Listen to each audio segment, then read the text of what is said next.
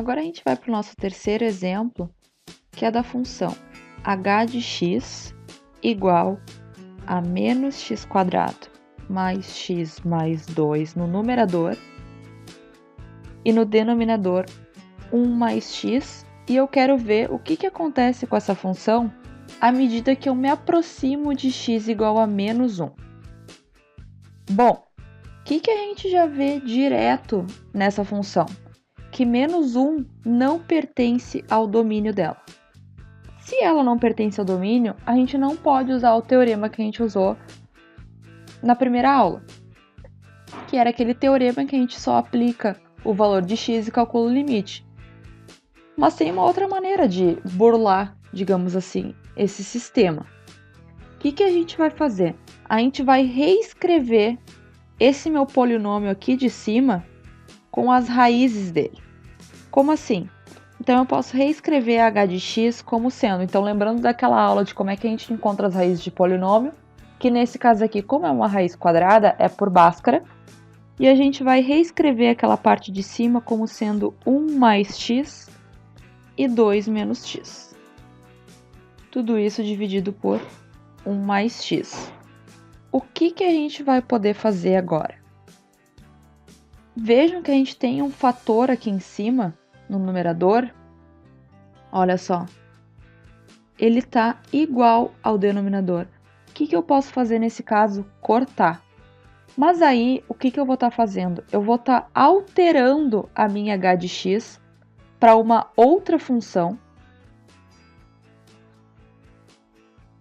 que tem o menos 1 no domínio, só que qual que vai ser a diferença? Ela tem o mesmo comportamento de h de x ao redor de menos 1. Então, a gente vai cortar esse 1 mais x com 1 mais x, transformando h de x em outra função de mesmo comportamento. Bom, então a gente vai ter uma nova h de x de mesmo comportamento em torno de x igual a menos 1, não é em toda ela, é só em torno de x igual a menos 1, que vai ser a 2 menos x, que é o que sobrar quando eu cortar esses dois. E aí eu sei que calcular o limite, se elas duas têm o mesmo comportamento em torno do x igual a menos 1, calcular o limite nesse ponto x igual a menos 1 é a mesma coisa para as duas. Então, o que eu tenho? Que o limite, quando x se aproxima de menos 1 da h de x, é a mesma coisa que calcular o limite, quando x também se aproxima de menos 1, de 2 menos x. Bom, e essa aqui, como o menos 1 faz parte do domínio dela, então menos 1 pertence a h2 de x, eu posso substituir menos 1 ali. Então, eu vou ter 2 menos o menos 1. Isso aqui é a mesma coisa que 2 mais 1, que é 3. Então, qual que é a resposta?